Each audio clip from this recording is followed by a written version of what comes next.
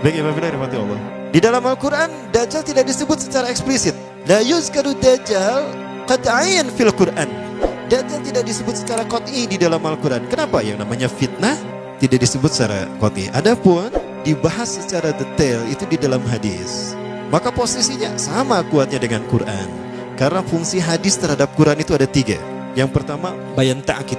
Apa itu bayan ta'kid? Fungsi hadis menguatkan hukum atau penjelasan nas yang ada dalam Quran. Yang kedua, fungsi hadis terhadap Quran ada bayan tafsil wa tafsir.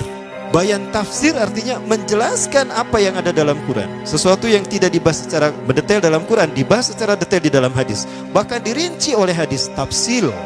Nah, fungsi yang ketiga dari hadis terhadap Quran adalah bayan tasyri', yaitu fungsi hadis dengan menetapkan hukum yang tidak dibahas di dalam Al-Quran.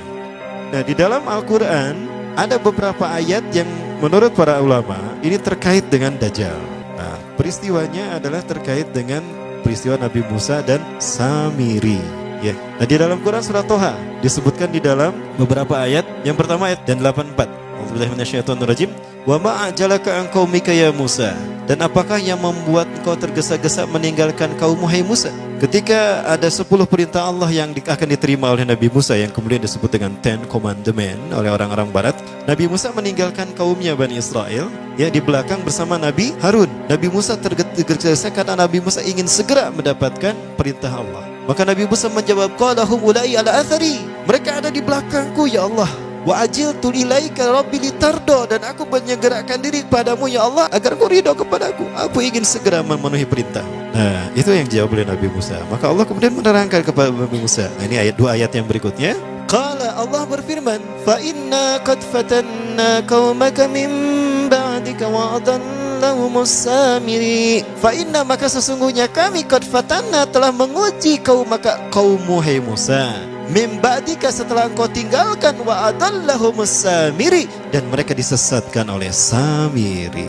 Nah, di sini saya sepakat kalau ada ulama mengatakan Samiri yang dimaksud di sini adalah Dajjal. Faraja Musa ila qaumi ghadbana asifa. Maka kembalilah Musa kepada kaumnya dalam keadaan marah yang sangat marah yang berlapis-lapis. Hingga begitu sampai pada kaumnya itu Nabi Harun ditarik jenggotnya. Wahai saudaraku, kenapa kau menarik janggutku? Jangan kau seperti itu. Aku sudah memperingatkan mereka, tapi mereka telah terperdaya oleh perkataan Samiri. Indahnya perkataan Samiri lebih mereka dengar ketimbang nasihatku, wahai kakakku, wahai saudaraku. Ya, itu kata Nabi Harun. Maka qala, berkatalah Nabi Musa, ya qaumi alam ya'idkum rabbukum wa'dan hasanan. Wahai kaumku, bukankah Allah telah menjanjikan janji yang baik untuk kalian? Afatala alaikumul ahdu. Apakah janji itu terlalu lama bagi kalian? Am adatum ayyahilla alaikum ghadaban min rabbikum. Atau kalian sengaja ingin ditimpa azab murka dari Tuhan kalian? Fa akhlaftum mau'idi, sehingga kalian menyalahi perjanjianku. Aku sudah mengatakan, tunggu, aku akan sampaikan apa yang Allah berikan pada kalian sebagai janji Allah kepada kalian. Maka digambarkan Nabi Musa marah, itu patung anak sapi. Nah, patung anak sapi ini dibuat oleh Samiri. Sekali lagi, Samiri yang kita bicarakan sebagai Dajjal, dia punya kemampuan magic yang luar biasa. Dan dia punya kemampuan yang tidak bisa dicapai oleh manusia sejenius dan sehebat apapun. Maka jika ada manusia-manusia yang luar biasa di antara kita, itu adalah mereka yang dibentuk oleh Dajjal. Contohnya siapa? David Copperfield, David Mindfreak. Siapa lagi? Jangan salah penasaran. Ada juga Rael juga sama. Dia seseorang yang tadinya tidak tahu apa-apa, sesuatu yang orang menganggap biasa, tiba-tiba dia menjadi seseorang yang luar biasa, supranatural, luar biasa. Itu juga sama. Termasuk juga Sai Baba. Nabi Musa marah kepada Samiri. Maka kemudian Samiri pun diusir sama Nabi Musa. Ya, qala, berkata Nabi Musa kepada Samiri, fama khatbuka ya Samiri. Maka apa yang mendorongmu untuk melakukan itu, hai Samiri? Nah, Samiri sejak dipindahkan ke pulau Yaman yang tadi dinamakan Pulau Sokotra, di sana dia tinggal dari usia 5 sampai 100 tahun. Kerjaannya adalah bangun, makan, minum, tidur. Begitu sampai usia 100 tahun.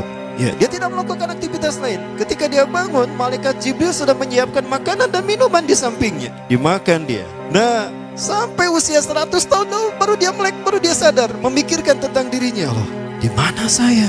Ternyata saya sudah sebesar ini. Tapi tidak ada siapapun kecuali dia dan binatang jasasa. Binatang jasasa Allah ciptakan, Allah lahirkan berbarengan dengan lahirnya Samiri. Karena tugasnya adalah untuk memata-matai Samiri, maka disebut jasasa. bermata-mata. Dan dia menghilang berbarengan dengan menghilangnya Dajjal, dan akan muncul lagi berbarengan dengan munculnya Dajjal. Malaikat Jibril selama Samiri tidur, dia memegang pena. Tapi penanya itu kayak tongkat sihir.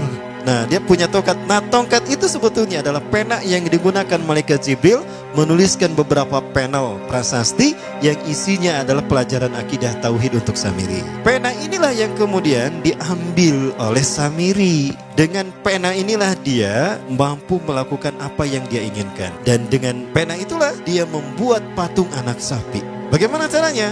Dia masuk ke tengah-tengah kaum Nabi Musa. Jumlah umat Nabi Musa saat itu 70.000 orang yang menyelamatkan diri dari Mesir, dari kejaran Fir'aun, sampai ke Padang Tih dan ke Palestina. Itu 70.000 orang, include di dalamnya Nabi Musa, Nabi Harun, dan Nabi Yusha bin Nun atau Nabi Joshua kata orang Kristen. Nah, maka dia mampu mempengaruhi beberapa orang dari pengikut Nabi Musa. Maka mereka mengeluarkan perhiasan mereka, dimasukkan pada kuali, dibakar. Nah, perhiasan itu pun dibentuk dengan kemampuan magicnya menjadi patung anak sapi.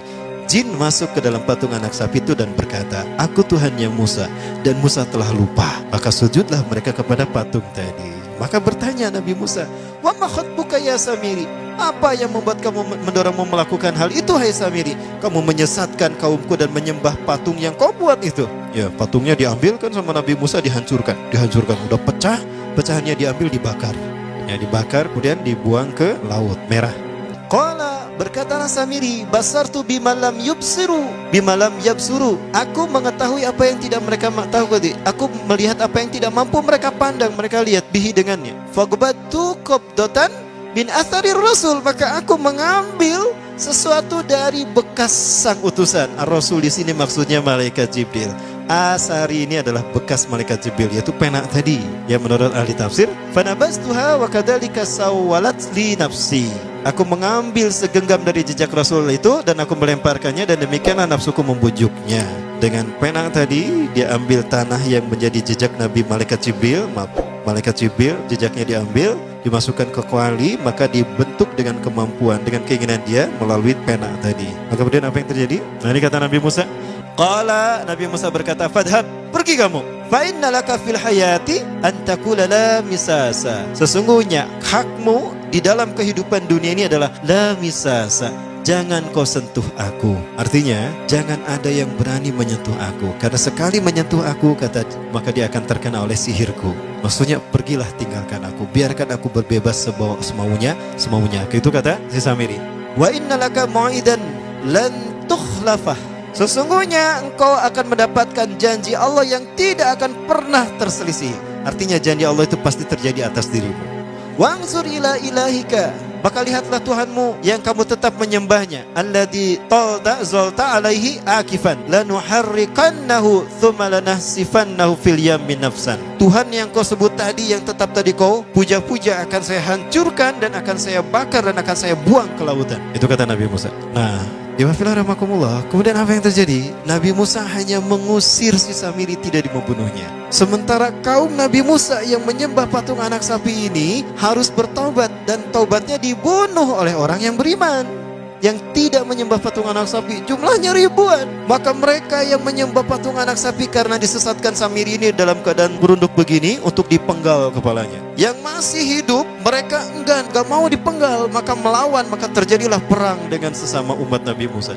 Disitulah Nabi Musa berdoa kepada Allah, "Ya Allah, cabut hukuman ini dari Engkau ya Allah. Andaikan Engkau tuntaskan hukuman ini, maka habis umatku ya Allah." Maka hukuman itu pun dihentikan, dan Allah mengampuni mereka yang telah bertobat, dan Allah memberikan pahala kepada orang beriman yang meninggal gara-gara melaksanakan hukuman tadi. Ini ada dalam tafsir firman Allah dalam Quran surat Al-Baqarah. Ya Bani Israil adhkuru ni'matallahi alaikum.